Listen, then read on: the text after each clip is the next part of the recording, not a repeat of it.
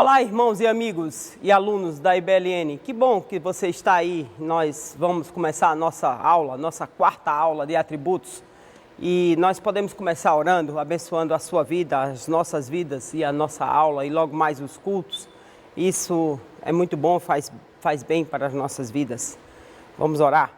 Senhor Deus, eterno Pai, nós te louvamos pelo teu infinito amor, pela tua bondade, pelo teu perdão sobre as nossas vidas. E queremos te pedir, Senhor Deus, fica conosco, nos abençoa, nos guarda nesta aula, nos dá direcionamento através do teu Espírito, Senhor Deus.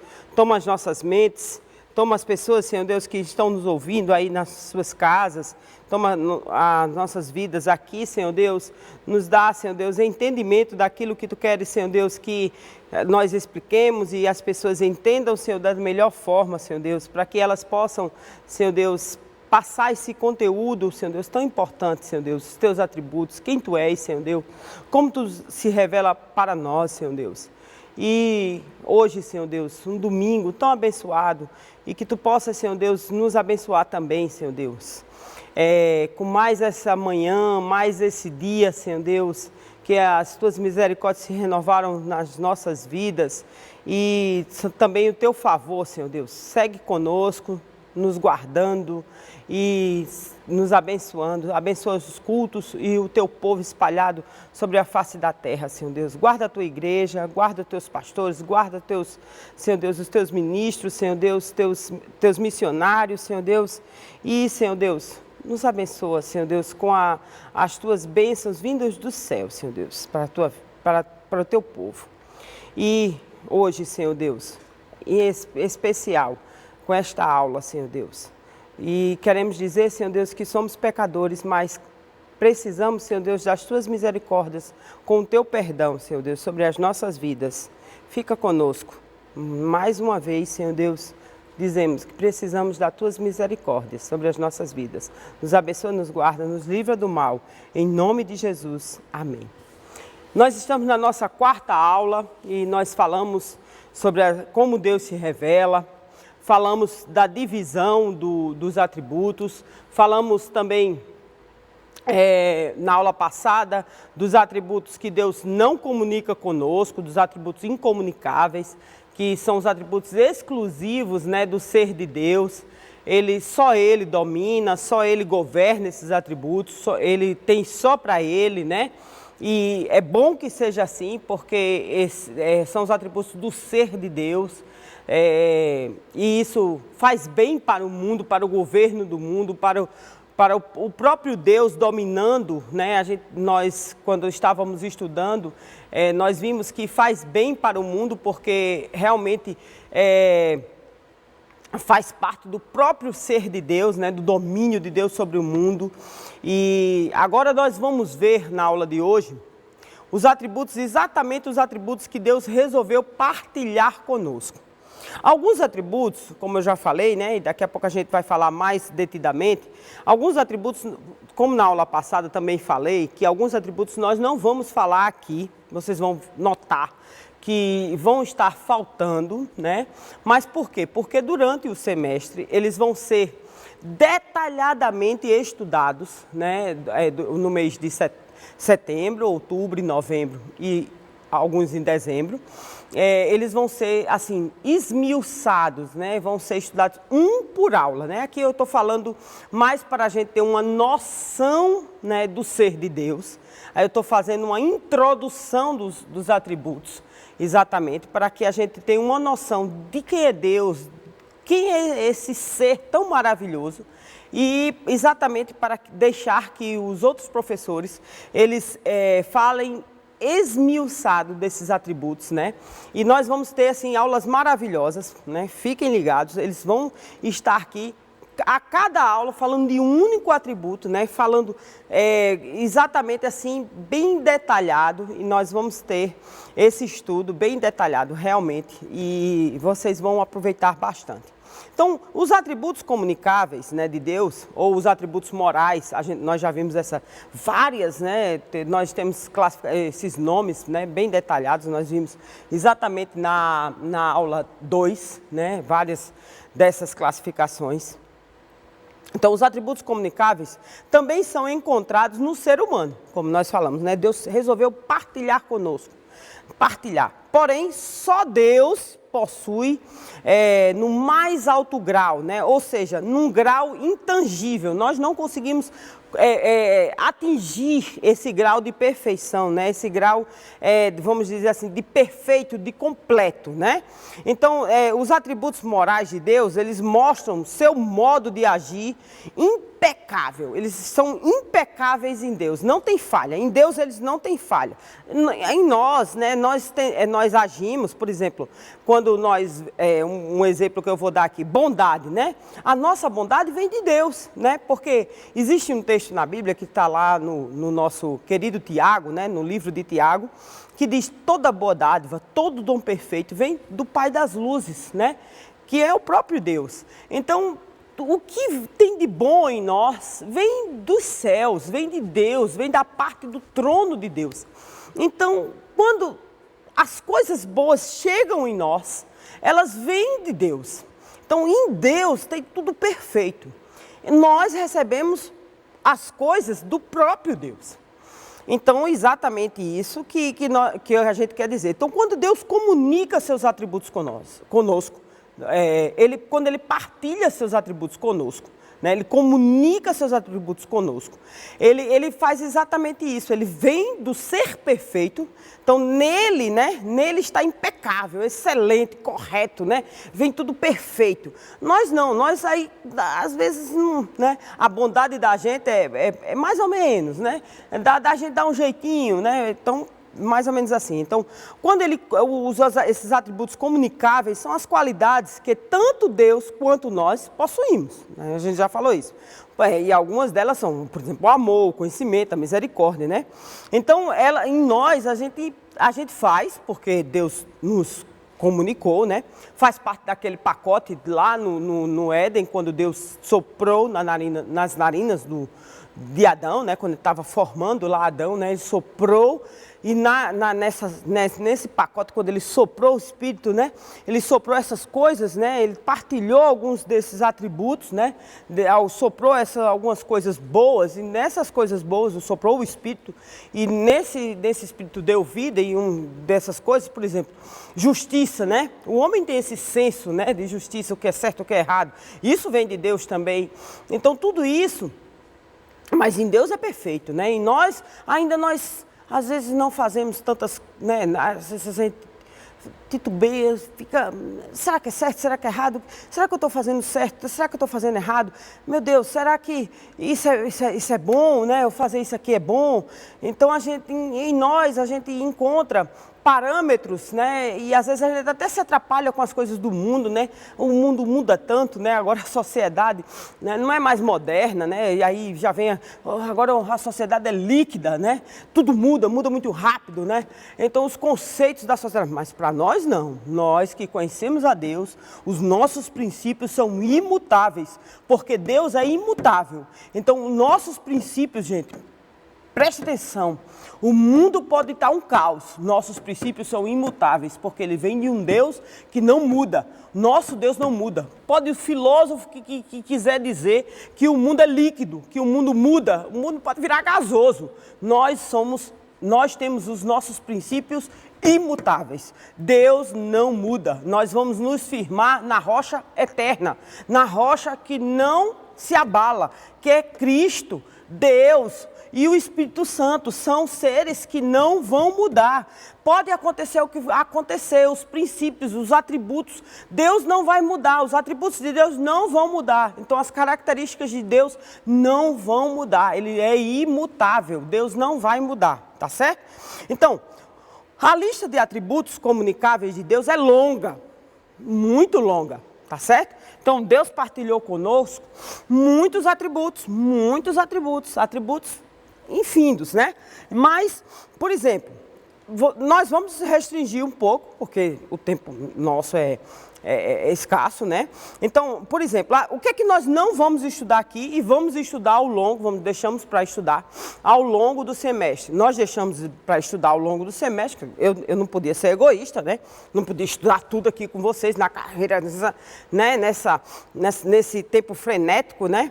nós vamos estudar a vagar mais, né? Mais compassado, bem esmiuçado, né? Para vocês aprenderem bem, com professores muito mais, uma qualidade excelente, né?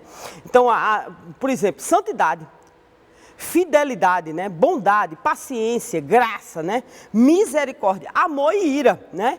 Tudo isso Deus partilhou conosco e eles vão estudar com vocês e, claro, vão falar isso muito bem explicado e ao longo do semestre, tá certo? Mas eu queria falar um pouquinho, eu vou falar de 3 aqui, bem rapidinho, para vocês entenderem porque deles dependem alguns que nós vamos explicar.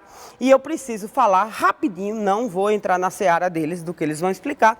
E o que eu vou falar, vocês, claro que vocês já sabem, porque eu vou puxar um gancho para depois explicar alguma coisa, tá? Então, por exemplo, amor, eu falei já do amor, né? E vocês sabem que Deus é amor. Porque eu falei, né? 1 João 4,8 diz isso, né?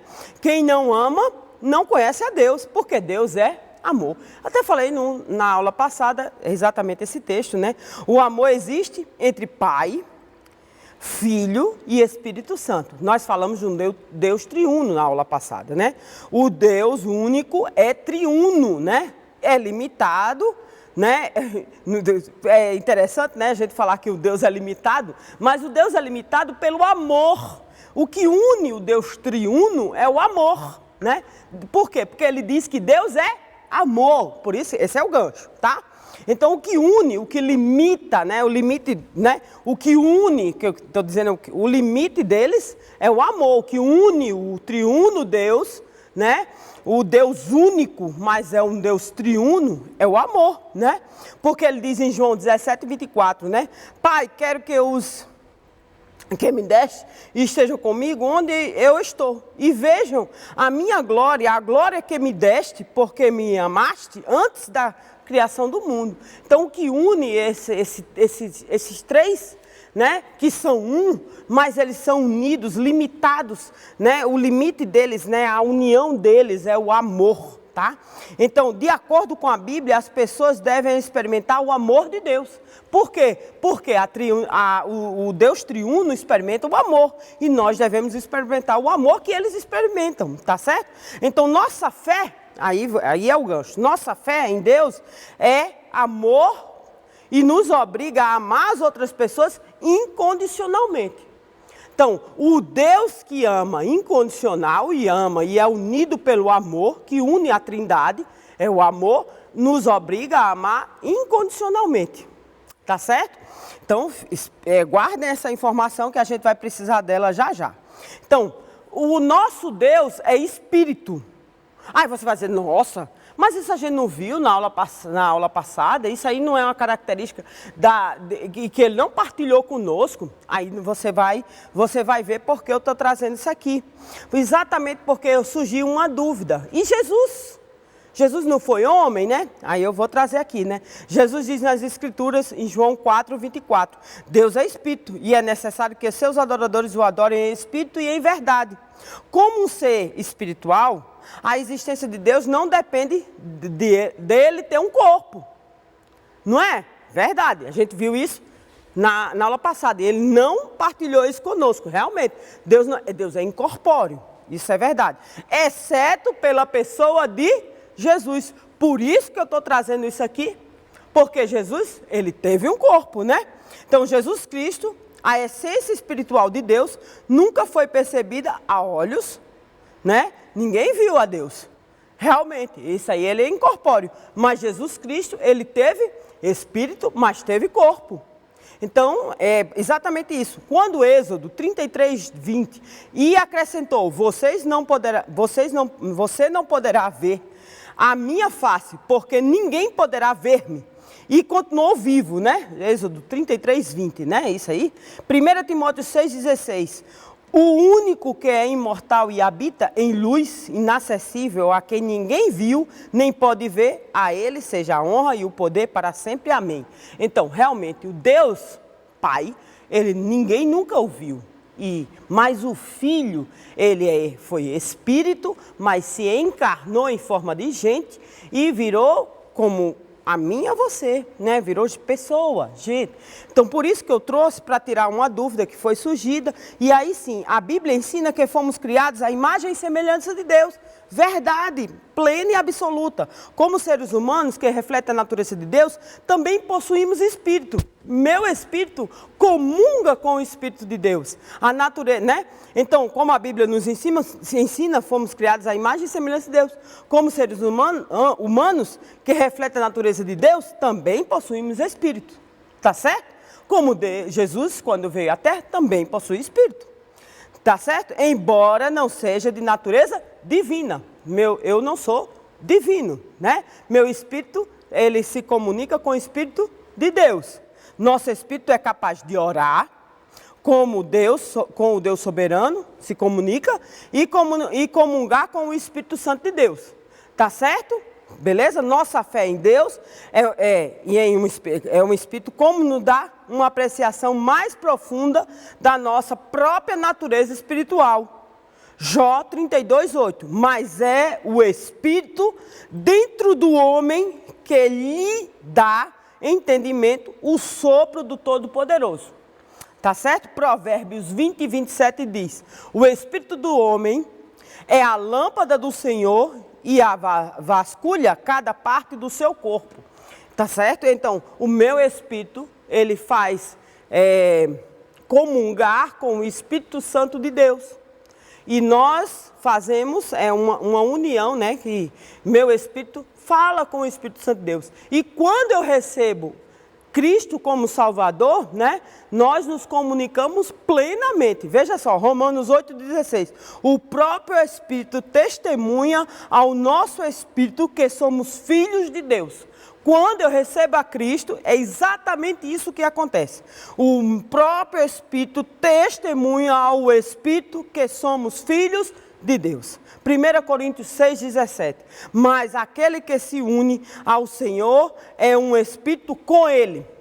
Beleza? Então, é exatamente isso que acontece. Isso aí eu trouxe também para a gente tirar uma dúvida, porque foi uma das perguntas que eu recebi durante a semana. Então, 1 Tessalonicenses 5:23, que o próprio Deus da paz os santifique inteiramente, que todo o espírito, alma e corpo de vocês sejam conservados irrepreensível na vinda do nosso Senhor Jesus Cristo. Então, nós somos corpo, alma e espírito. Assim eu creio, sou tricotômica, no meu entender, mas se você for dicotômico, não tem problema também, né? A sua alma vai comungar também assim, e você vai para o céu do mesmo jeito. Nós não vamos brigar. Você não vai perder a sua salvação. Tá certo? Então, Deus é um ser pessoal. Quando eu digo isso, aí você diz, não, mas se Deus é um ser pessoal, isso aí devia estar lá no outro, como um ser incomunicável. Aí eu digo, não, olha, você vai ver como ele tem que estar aqui mesmo, tá? Então, dizer que Deus é um ser pessoal, ele significa exatamente que o nosso Criador tem as características de inteligência, vontade e emoção. Por quê? Então, inteligência, vontade e emoção. Como uma pessoa divina, Deus pode pensar, tomar decisão e experimentar o que chamamos de sentimentos, né? De sentimentos. Ele não vai expressar os sentimentos. Como nós falamos na aula passada, que Deus ele não vai sentir, ter sentimentos, por exemplo, o amor ágape, ele é desprovido de sentimentos, tá certo? Então a Bíblia registra exemplos de interação de Deus pelos seres humanos. Exemplo, Jeremias 29:11, ele diz, porque sou eu que conheço os planos que tenho a respeito de vocês, diz o Senhor, planos de fazê-los prosperar. Tá certo? Então Deus tem inteligência, olha só, porque sou eu que conheço os planos. Então quem faz planos é quem tem inteligência, tá? Diz o Senhor, planos de fazê-los prosperar e não de lhes causarem dano, planos de dar-lhes esperança e futuro. Quem planeja alguma coisa e tem inteligência, tá certo? Ele diz, pois eu sei os planos, né? Eu tracei os planos, sou eu quem traço os planos. Planos de prosperar e não de prejudicar vocês, né?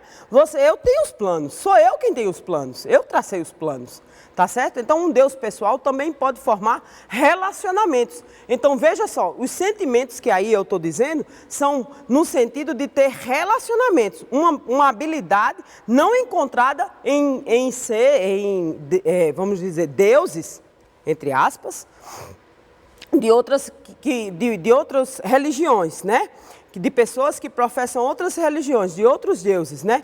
Que conforme as pessoas dizem que é uma força, que é uma energia, ou coisas desse tipo. O fato de crermos e acreditarmos, né, que Deus é uma pessoa, é uma bênção. Por quê? Nos dá a garantia que podemos ter um relacionamento pessoal, e esse Deus é amoroso e se relaciona exatamente conosco. Entendeu? Então, quando eu digo assim, que Deus, ele tem sentimentos, é nesse sentido, que ele pode se relacionar conosco. Entendeu? Não é que Deus tem, agora Deus... Não é sentimento nesse sentido. É que ele se relaciona conosco e Deus se relaciona com você. Deus, aí vamos atribuir, né, que a gente, até eu falei na aula passada, que a gente gosta de atribuir coisas humanas, né, partes humanas a Deus. Ouvido, mãos, cabelos, pés, né? Então, Deus me escuta, né? Deus sabe o que eu sinto. Então, ele me entende. Olha, Deus me entende. Quando eu digo assim, nossa, Deus me entende. Jesus me entende. Jesus veio aqui na terra, Jesus chorou, né?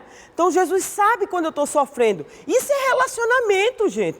Então, é esse tipo de sentimento, esse tipo de relacionamento, Deus me entende por isso. Entendeu? Então, esse tipo de relacionamento que eu estou dizendo.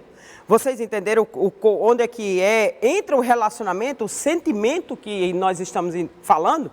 É isso aí, tá certo? Então, bondade, esse Deus que é bondoso. Nossa, como Deus é bondoso. Como Deus é maravilhoso em bondade. Meu Deus, né? Nós é que não sabemos ser bom, mas Deus sabe ser bom. Se é uma coisa que Deus sabe ser, é bom. Esse Deus sabe ser bom. Deus Criador, Deus Pai, nossa, como sabe ser bom. Ele sabe. Ele estabeleceu uma diferença entre o bem e o mal.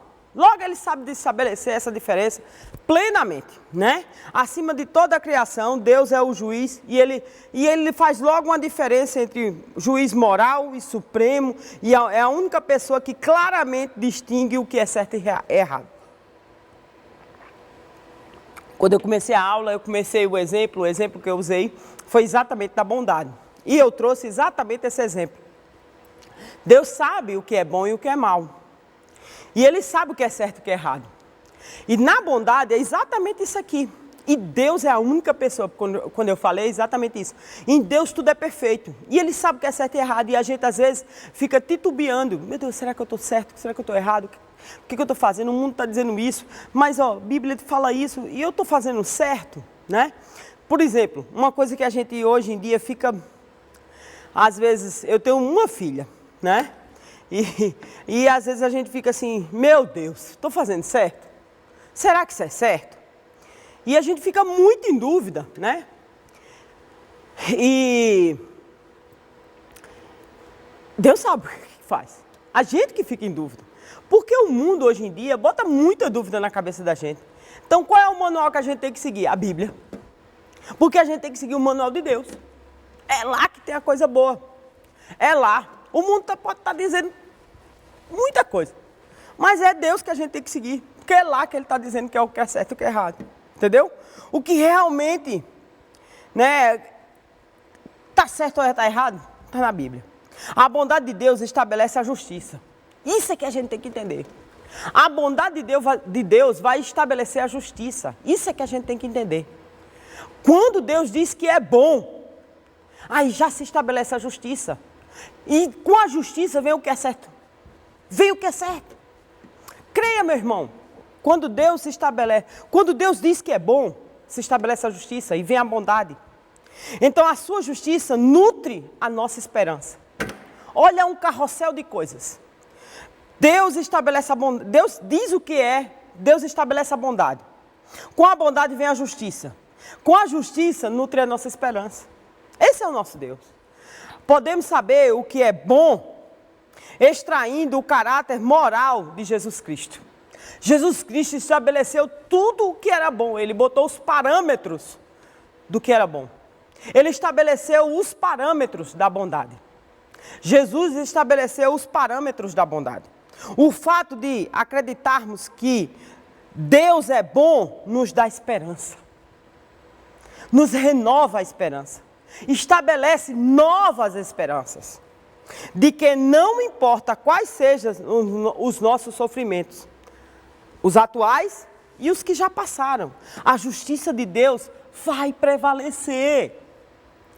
Você, meu irmão, pode estar passando por injustiça, sofrimento, angústia, dor, mas a justiça de Deus vai prevalecer. Isso é o que importa. Isso é o que importa. Deus, outro atributo que ele partilhou conosco.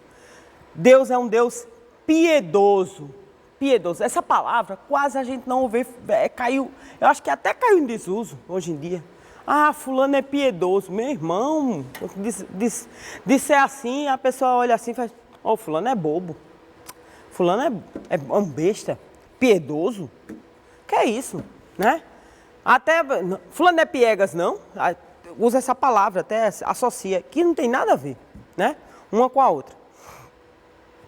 Piedoso? Fulano é piedoso, né? Entendeu? Gente, Deus é santo e, né? Olha só, piedoso.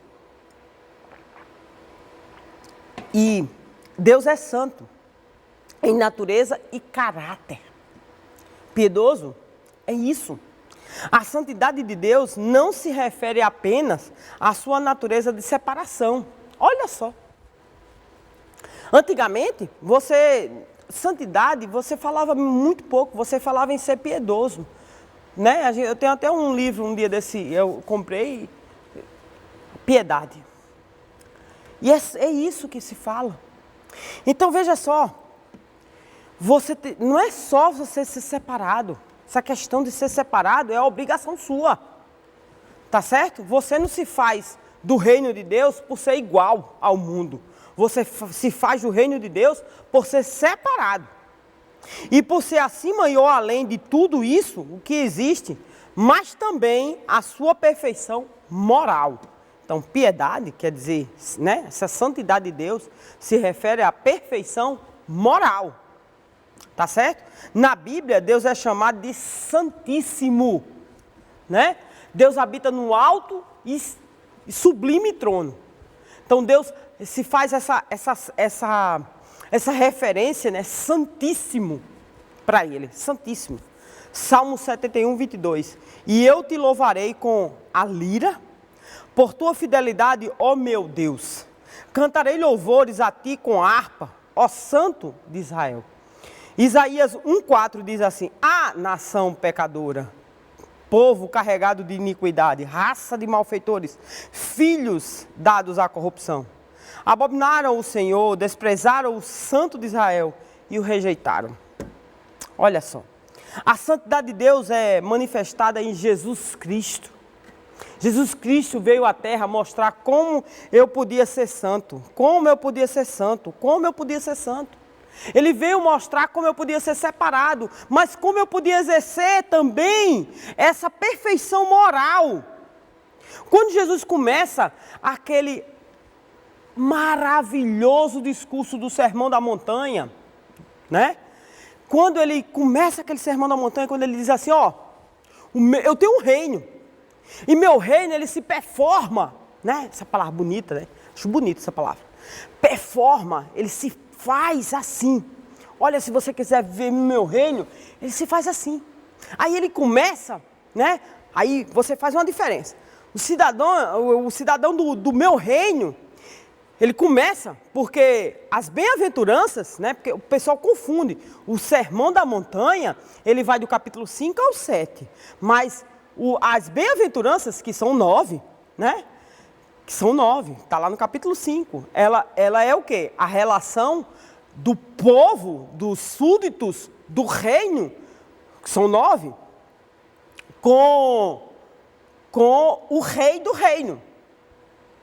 Quando ele diz assim, Benditos são os que choram. Né? Choram. É fraqueza, meu irmão. Não, meu irmão.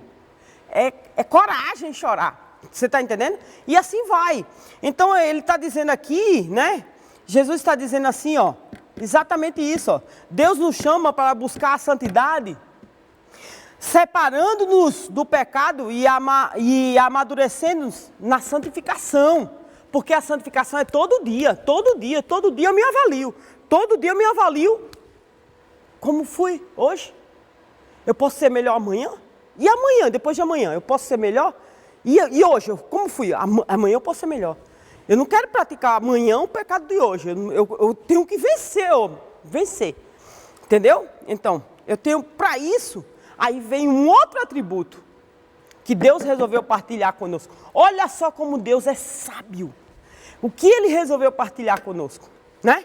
Aí Deus resolveu partilhar conosco é exatamente a piedade, que é exatamente esse atributo moral, né?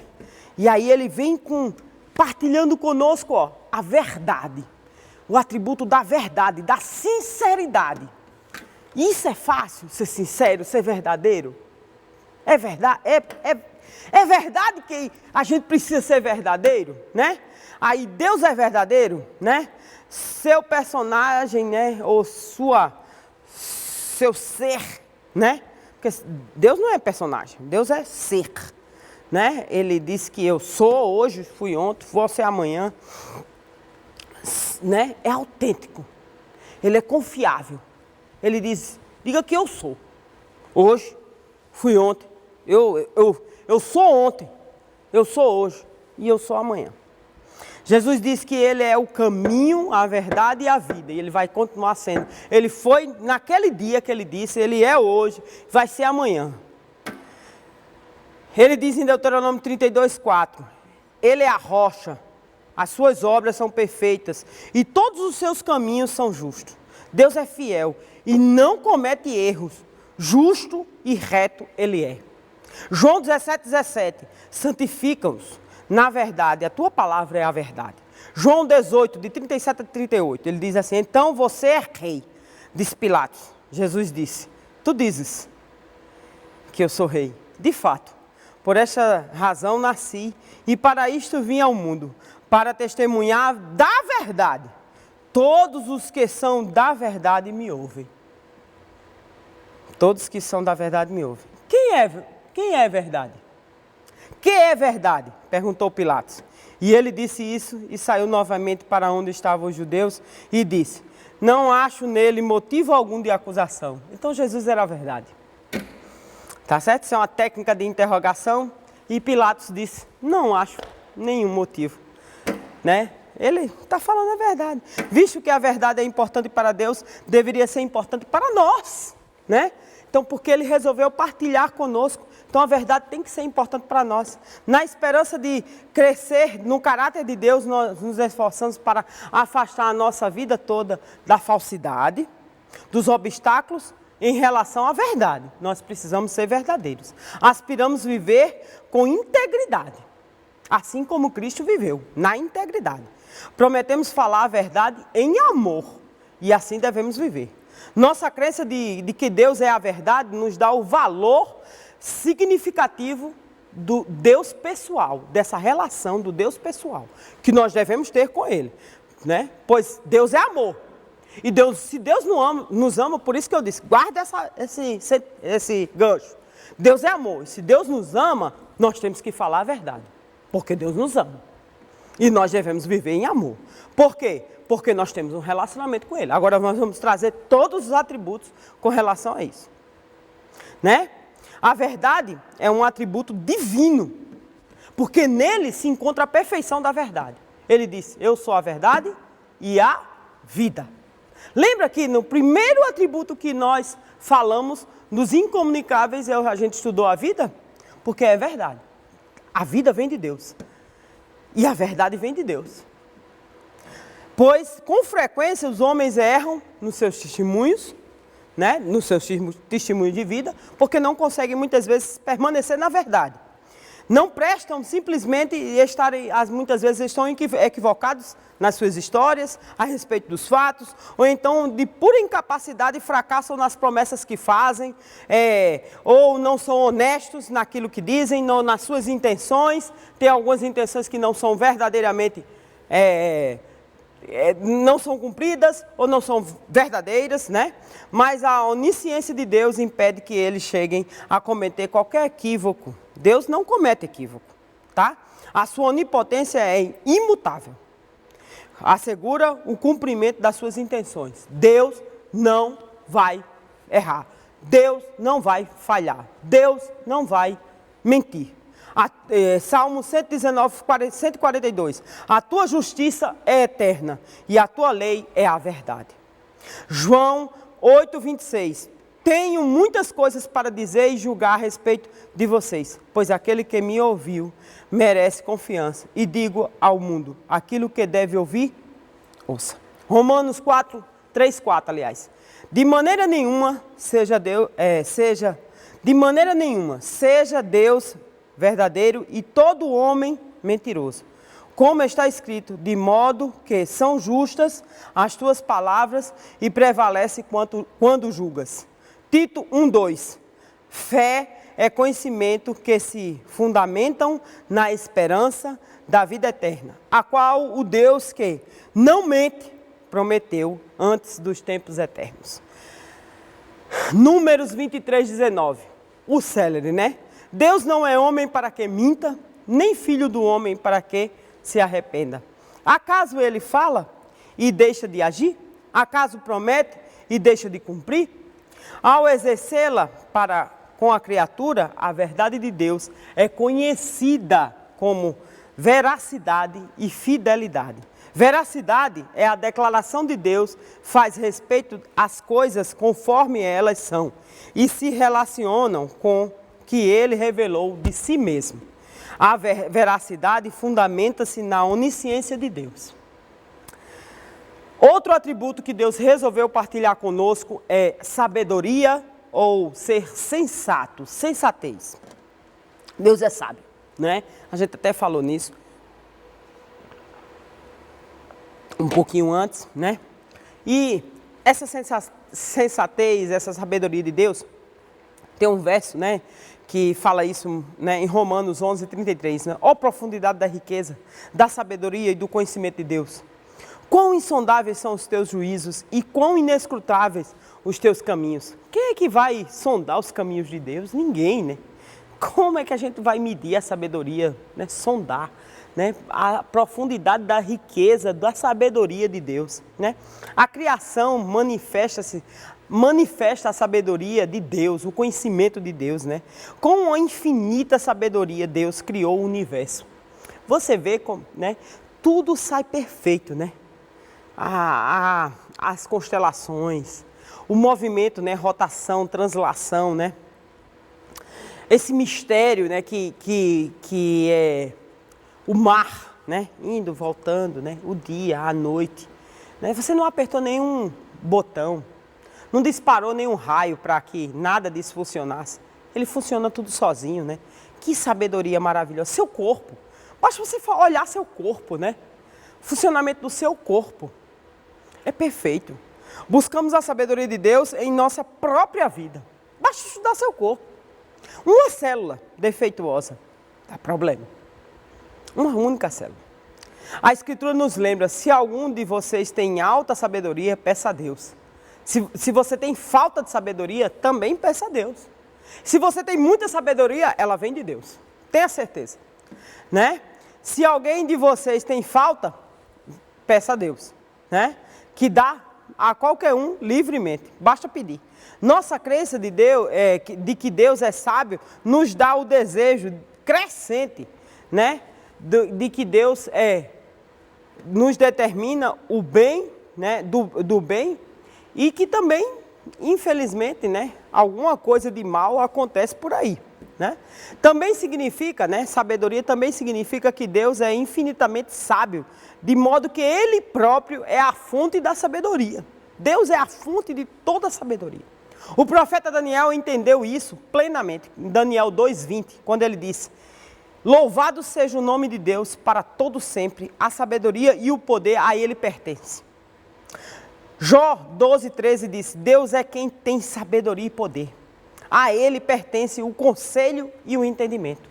Só Deus. Jó 36:5 diz: Deus é poderoso, mas não despreze os homens. É poderoso e firme em seu propósito.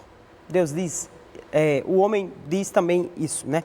Isaías 40:28 diz: será que você não sabe? Nunca ouviu falar? O Senhor é o Deus eterno, o Criador de toda a terra. Ele não se cansa, nem se exausta, nem se fadiga, né? Sua sabedoria é insondável. Além disso, devemos entender que a sabedoria de Deus é completamente superior à sabedoria do homem. O homem sabe assim um pouquinho, um décimozinho. E Deus sabe um montão. Insondável a sabedoria de Deus em relação ao do homem. O mais sábio homem do mundo não sabe um décimo da sabedoria de Deus. Tenha certeza. Deus resolveu partilhar também conosco a justiça, né? E a justiça tem muitas nuances, né?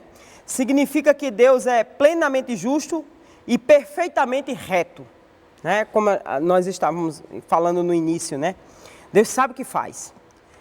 Não há injustiça em Deus. Isso é muito bom para nós. Isso nos protege, nos guarda. E dele não provém nenhum tipo de desigualdade. Olha como nos guarda. Ele sempre é correto e seus juízos são perfeitos. Então, quando eu conheço a Deus, eu sei que Deus não vai fazer injustiça comigo, não é injusto comigo. Então, Salmo 11:7, ele diz: pois o Senhor é justo e ama a justiça, e ele me ama também. Então, não vai fazer injustiça comigo. Olha só como o amor é importante. Os retos verão a sua face. Olha, glória a Deus por isso. Atos 17:31 diz assim: pois estabeleceu um dia em que há de julgar o mundo com a justiça, por meio do homem que designou. E deu prova disso a todos, ressuscitando-o dentre os mortos. Jesus Cristo veio nos julgar, e ele é o reto juiz. E glória a Deus porque ele é o reto juiz, e dele vem toda a justiça. E ele sabe fazer justiça e não vai cometer injustiça. Então, quando eu conheço a Deus e porque Deus me ama, ele não vai fazer injustiça comigo, não vai cometer injustiça. E Deus não é homem para que minta, nem filho do homem para que engane. Então, Deus me ama e não vai cometer injustiça. Glória a Deus por isso, né? Muitos estudiosos também detalham o atributo da justiça em outras características específicas, como retidão e equidade. A justiça de Deus é a capacidade que só Deus tem de ser totalmente reto e totalmente correto. Então, 2 Crônicas, o líder de Israel é o rei, e se humilharam, disseram: o Senhor é justo. Então, quando os reis e os líderes reconhecem que o Senhor é justo, porque Ele é justo, e Ele é verdadeiro nisso, né? Salmo 9:8, ele diz: ele mesmo julgará o mundo com justiça e governa os povos com retidão. Romanos 1:17, porque no Evangelho é revelada a justiça de Deus, uma justiça que, do princípio ao fim, é pela fé. Como está escrito, o justo viverá pela fé. Então, se o justo vive pela fé, Deus é amor e é justiça, Deus é amor e é justiça, né? E os atributos de Deus são igualmente partilhados. Então vamos lá, ver alguns nuances da justiça. Deus é sem injustiça, né? Deuteronômio 32:4, ele diz assim: ele é a rocha e suas obras são perfeitas, e todos os seus caminhos são justos. E Deus é fiel e não comete erros, justo e reto ele é. Deus é um juiz justo. Deus é um juiz justo e um Deus que se manifesta a cada dia sem furor. Manifesta o seu furor, desculpa. Deus julga o mundo com justiça e o povo com retidão. Salmo 9:8, até eu já li isso aqui, nós vamos pular. Deus julga o mundo com justiça e o povo com equidade. Salmo 98:9. Cantai diante do Senhor, porque Ele vem julgar a terra, julgará o mundo com justiça e os povos com retidão. E assim é o nosso Deus. Deus ama o juízo e faz juízo e justiça. Salmo 99, 4. O Rei poderoso, amigo da justiça, estabeleceste a equidade e fizeste em Jacó o que é direito e é justo. Deus é detector da justiça eterna. Salmo 111, 3. Os seus feitos manifestam a justiça e o esplendor, e a justiça dura para sempre. Glória a Deus por isso. Deus é totalmente justo. Salmo 145, 17. O Senhor é justo e todos os seus caminhos é bondoso e tudo o que ele fez é para sempre.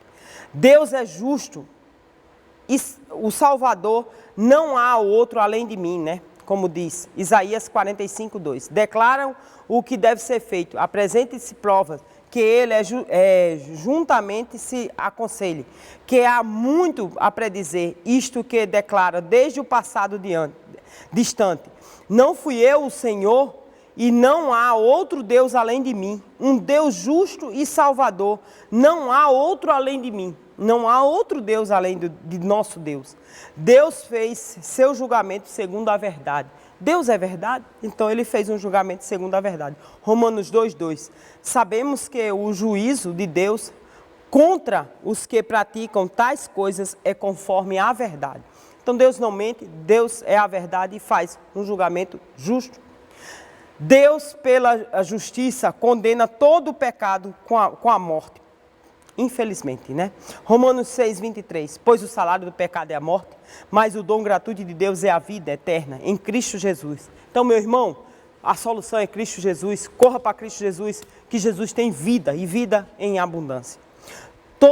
Também chamamos a justiça relativa. É uma exceção da retidão e da justiça absoluta de Deus, né? Que é santidade judicial. É a santidade que absolve você, né?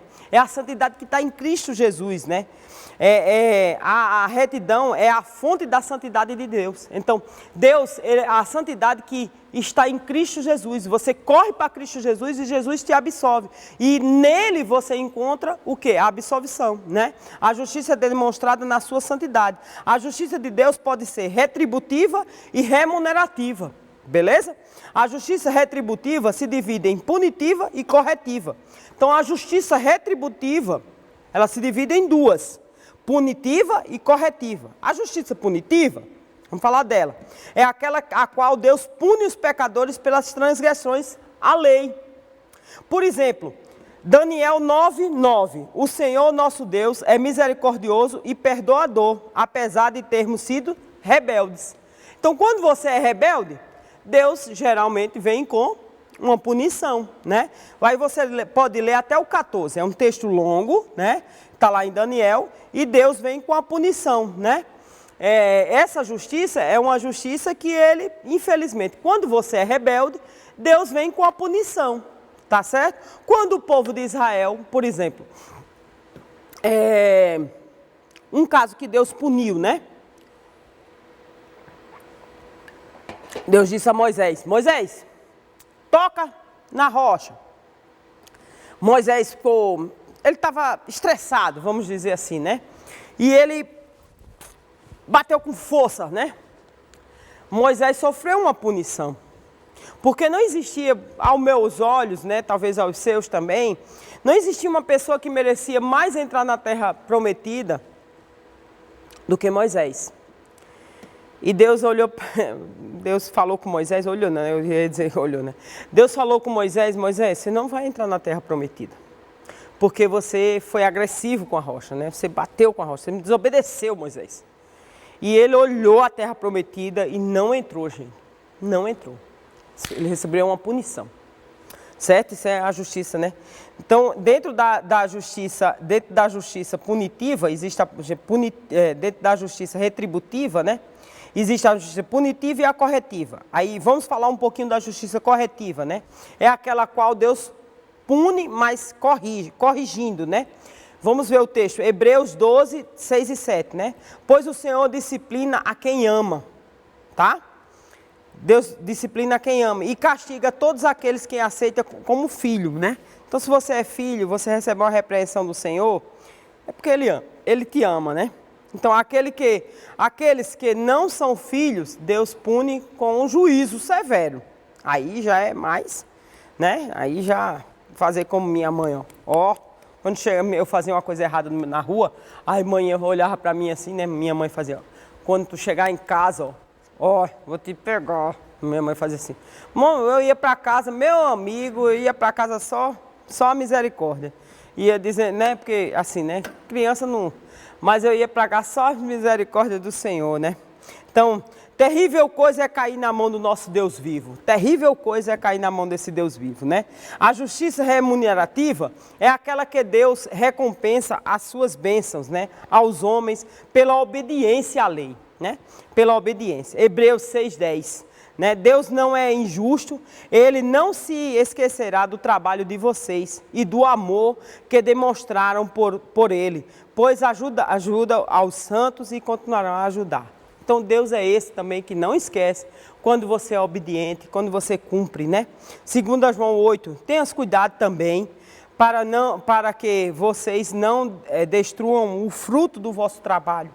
Antes sejam recompensados plenamente. Então, também quando você constrói uma coisa boa, tenha cuidado para também não destruir. Veracidade, né? Significa que Deus é tudo e provém dele, e é necessariamente verdadeiro e infalível, absolutamente confiável. Deus é confiável, meu irmão. Deus é confiável.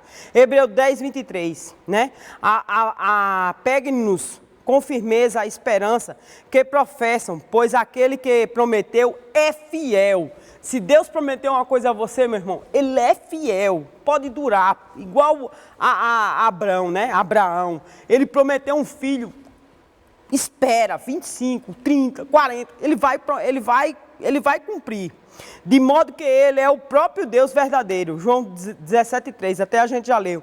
O atributo da veracidade também expressa fidelidade, ou seja, tudo que Ele revelou a si mesmo é genuíno, então é verdadeiro. Ele é fiel, Ele vai cumprir. Ele nunca fará nada que afronte a sua própria natureza ou contra a sua palavra. Então Ele é fiel, Ele vai fazer. O atributo da liberdade. Esse atributo é muito legal. Por quê? Significa que Deus não precisa de nada nem de ninguém para fazer o que Ele quer. Ou seja, Ele é completamente livre para exercer a sua vontade. Não é bacana? Sim, Pai, pois, o Mateus 11:26. Sim, Pai, pois assim foi do teu agrado. Olha só que bênção, Jesus dizendo ao próprio Pai, né? Isaías 40:13-14, né? Quem definiu limites para o Espírito Santo? Ou o instruiu como seu conselheiro? A quem o Senhor consultou que pudesse esclarecê-lo? E quem ensinará e julgará a justiça? Quem lhe ensinou ou ao conhecimento lhe aponta o caminho da sabedoria? De acordo com a perfeição de sua natureza, ou seja, apesar de ser completamente independente e livre, isso não significa que ele seja livre, por exemplo, para pecar. Deus não é livre para pecar.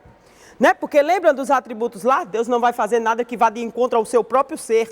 Ele não vai fazer isso. Deus não é livre para mentir, nem deixar de ser o próprio Deus, nem mesmo morrer, pois tais coisas contrariam o seu próprio ser. Ele não vai fazer essas coisas.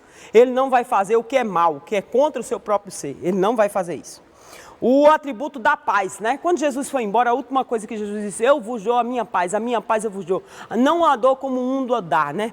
O que é essa paz? É a paz de estar em contato, em relação, ter esse relacionamento com o próprio Deus. Esse atributo de Deus nos revela que Ele próprio, né? Em qualquer uma das suas ações, não há nenhum tipo de confusão, desordem no ser de Deus, né? Gideão entendeu essa qualidade de Deus quando declarou, ó Senhor é a paz, o Senhor é a paz. Gideão declarou isso. Gideão construiu ali um altar em honra ao Senhor e lhe deu o nome. O Senhor é a paz. Até hoje o altar está em Ofra, dos Abizenitas, tá? A soberania e a supremacia de Deus, outro atributo, né? Atributo pelo qual Deus possui a completa autoridade sobre todas as coisas criadas, até hoje. A gente já discutiu bastante isso. Determinando o fim que deseja. Deus determina o fim que Ele deseja para todas as coisas. E assim Ele comanda o mundo, determina o que for para ser, né? Então, quais são as implicações, né? Dos atributos. Quais são as implicações dos atributos, né? De que nos serve saber sobre os atributos de Deus, né? Por que nós precisamos saber? Em que mudaria a nossa vida toda, né? Se estudássemos os atributos, né? Exatamente por quê? Porque conhecendo a Deus, eu posso dizer o quê? Deus é infinito, então Ele é maior do que a minha vida, né? Deus é eterno, então eu posso dizer, eu posso confiar plenamente nele. Todos os meus problemas eu posso entregar a Deus. Deus é inteligente? Beleza. Então eu posso confiar todas as minhas decisões referente a respeito de tudo que eu vou fazer nas mãos de Deus. Deus tem vontade? Então eu preciso descobrir a vontade dele para a minha vida. Porque a vontade dele é perfeita, maravilhosa e agradável. Boa e agradável. Eu não estou dizendo nem que é boa, é maravilhosa, né? Deus é sábio? Então eu preciso dele nas minhas ignorâncias. Porque se Deus é sábio, eu sou ignorante, né? Eu preciso dele. Deus é bom? Então as suas mãos, nas mãos dele eu estarei seguro. Deus é justo? Então eu entregarei a ele as injustiças que cometem contra mim. Deus é autoexistente? Não precisa de mim para nada. Deus é autoexistente. Ele sabe todas as coisas. Eu só preciso confiar nele. Deus é imutável? Então minha fé pode descansar no ser de Deus. Deus é onipresente? Então não preciso fazer peregrinações para locais santos, pois Ele está aqui ao meu lado, está em mim. O Espírito Santo está em mim. Deus é soberano? Então nada pode pegá-lo de surpresa. Até mesmo as piores calamidades, os maiores problemas, os meus maiores problemas, Deus pode resolver. Deus é santo? Então eu preciso buscá-lo em santidade para que eu possa conhecer e buscar a santidade dele para a minha vida. Sede santo como eu sou santo, assim diz o Senhor. Deus se ira? Então preciso entender que não posso pecar contra ele. Deus é onipotente? Então porque me preocupo com os meus problemas mais do que eu deveria. Se Deus é onisciente, então não posso enganá-lo em momento algum. Deus é amor? Então posso crer no seu perdão para a minha vida. Deus é paciente? Então sabe o melhor momento para agir sobre a minha vida. O que é que eu posso fazer? Esperar só em Deus, confiar só nele. Esse é meu recado para você, meu irmão, minha irmã, sobre os atributos de Deus. Deus abençoe você. Deus esteja guardando você e a sua casa, guardando você e a sua família. Confie unicamente e exclusivamente em Deus. Que as bênçãos do Senhor estejam sobre sua casa, sobre sua família.